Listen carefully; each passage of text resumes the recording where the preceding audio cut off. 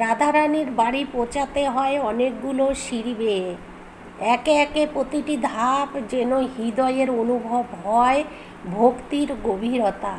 প্রকৃতির মাঝে পাহাড় ঘেরা এই স্থান যেন এক আধ্যাত্মিক অনুভব, যেখানে প্রতিটি পদক্ষেপে রাধারানীর স্নেহ আর কৃপা ছড়িয়ে পড়ে।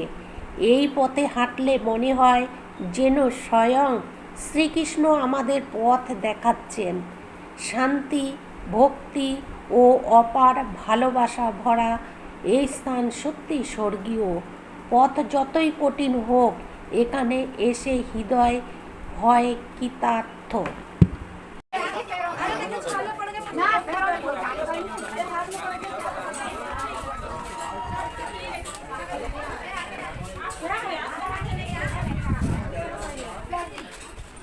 রাধারানীর বাড়ির দিকে যেতে যেতে মনে হয় যেন আমরা ভক্তির এক সোপানে উঠছি। পাথরের সিঁড়িগুলি বহু পুরানো, যেন যুগ যুগ ধরে ভক্তরা এই পথ ধরে হেঁটেছেন। প্রতিটি ধাপে যেন রাধারানী প্রেম কৃষ্ণের স্পর্শ অনুভব হয়। এই পাহাড় ঘেরা বনময় পরিবেশ, পাখির ডাক, গাছের ছায়া আর হাওয়ার ছোঁয়া এক অদ্ভুত শান্তি দেয়।